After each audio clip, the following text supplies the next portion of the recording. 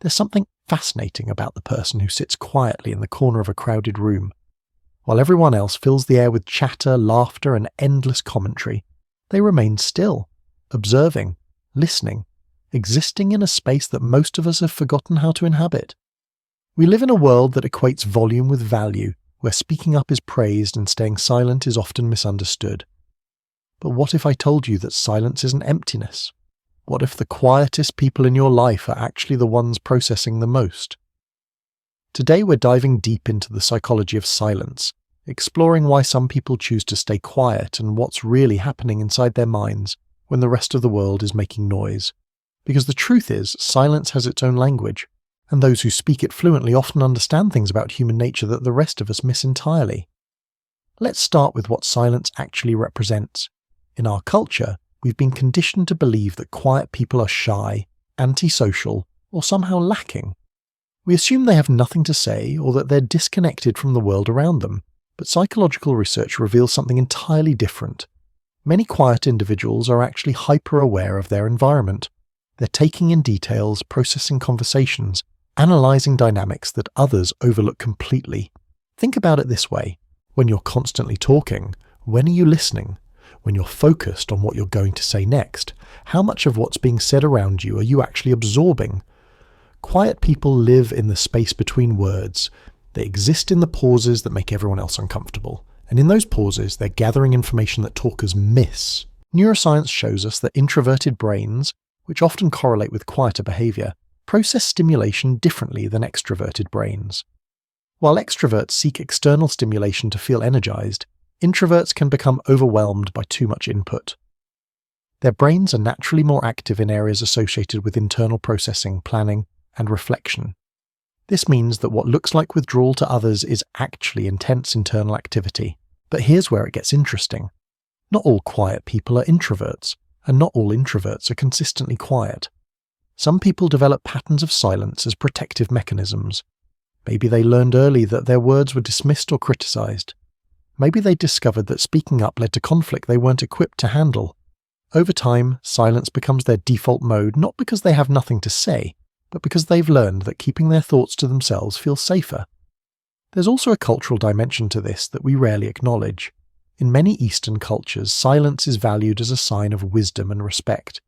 The concept of meaningful pauses exists in Japanese culture, where silence during conversation isn't awkward but purposeful. It's time for reflection, for truly considering what's been said before responding.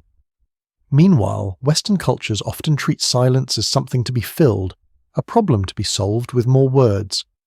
This cultural clash creates fascinating dynamics. When someone from a silence-appreciating background interacts with someone from a talk-first culture, misunderstandings are inevitable. The quiet person might be showing respect through their thoughtful pause, while the talkative person interprets that same pause as disinterest or confusion. But let's dig deeper into the internal experience of quiet people. Many report that they're constantly thinking, analysing, creating entire conversations in their minds.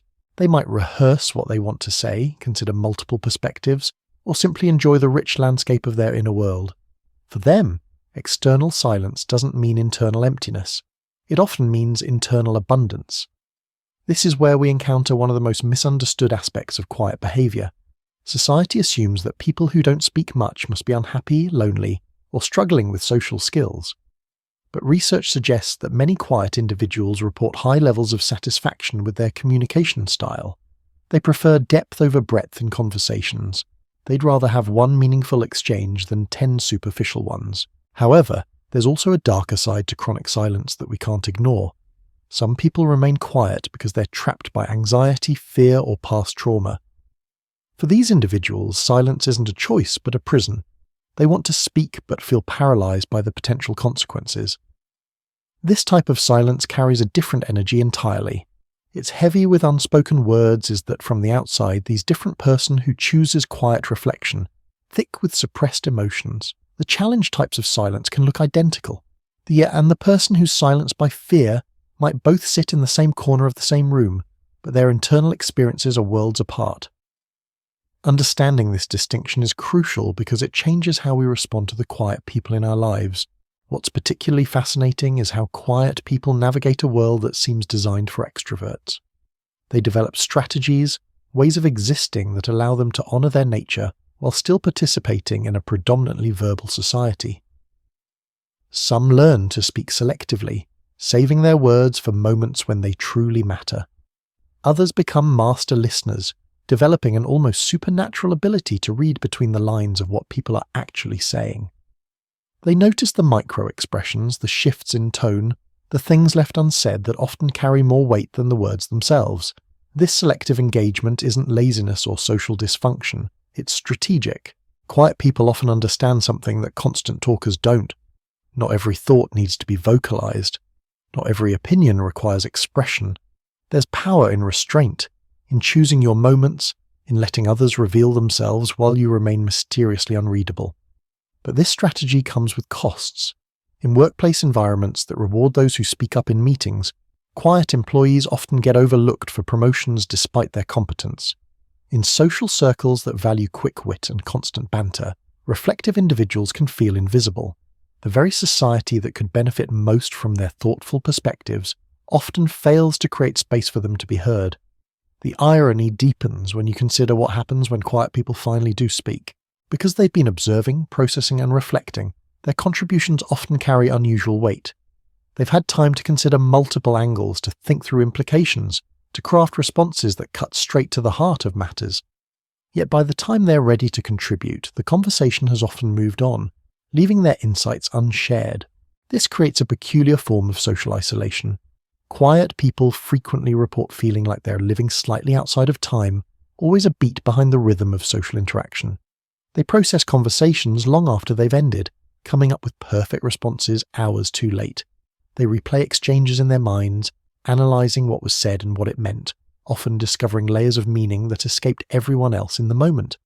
For many, this delayed processing becomes both a burden and a gift.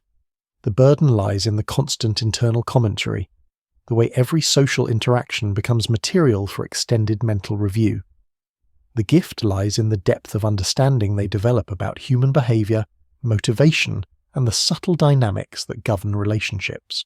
There's also a fascinating paradox in how quiet people experience intimacy. While they might struggle with small talk and group dynamics, they often excel in one-on-one connections, remove the pressure of performing for an audience, give them time and space to unfold naturally, and many quiet individuals reveal themselves to be deeply thoughtful, emotionally intelligent, and surprisingly articulate. This selective intimacy confuses people. The same person who barely speaks in a group setting might engage in hours-long philosophical discussions with a trusted friend. They're not inconsistent or fake. They're simply responding to different environmental conditions that either support or inhibit their natural communication style. Perhaps most intriguingly, quiet people often develop rich interior lives that would astound those around them if they could peek inside. They might be composing poetry in their heads, solving complex problems, or constructing elaborate fantasies. Their silence isn't empty space waiting to be filled with noise, it's full space, complete unto itself, requiring nothing external to validate its existence. This internal richness becomes their secret strength. While others seek stimulation from outside sources, quiet people have learned to generate their own entertainment, their own insights, their own sense of completion. They're less dependent on external validation because they've developed strong internal resources. But society's misunderstanding of this independence often leads to tragic misinterpretations. Quiet people get labelled as aloof, disengaged, or even arrogant. Their self-sufficiency gets mistaken for rejection of others. Their contentment with solitude gets interpreted as loneliness or social dysfunction. The truth is more complex. Many quiet people crave connection just as deeply as anyone else. They simply prefer it in different forms, at different paces, with different levels of intensity. They want to be understood, not changed. They want to be appreciated for what they offer, not criticised for what they withhold. Understanding this distinction transforms how we interact with the quiet people in our lives. Instead of trying to draw them out or fix their silence, we can learn to appreciate the unique gifts they bring to our shared human experience. So the next time you encounter someone who chooses silence over noise, pause before making assumptions. That quiet person in the corner isn't broken or antisocial. They're not lacking social skills or hiding from the world. They might just be fluent in a language the rest of us have forgotten how to speak. The language of observation, of deep listening, of thoughtful reflection. In a world that mistakes volume for substance, these individuals remind us that some of the most profound truths are whispered, not shouted. They show us that presence doesn't require performance, that depth doesn't demand display. Their silence isn't emptiness waiting to be filled, it's fullness choosing not to spill over. Maybe it's time we stopped trying to fix the quiet people and started learning from them instead. Maybe we need their stillness in our chaos, their reflection in our reaction, their depth in our surface-level exchanges. Because in the end, the most important conversations aren't always the loudest ones. Sometimes the most meaningful communication happens in the spaces between words, in the understanding that passes between minds without needing translation.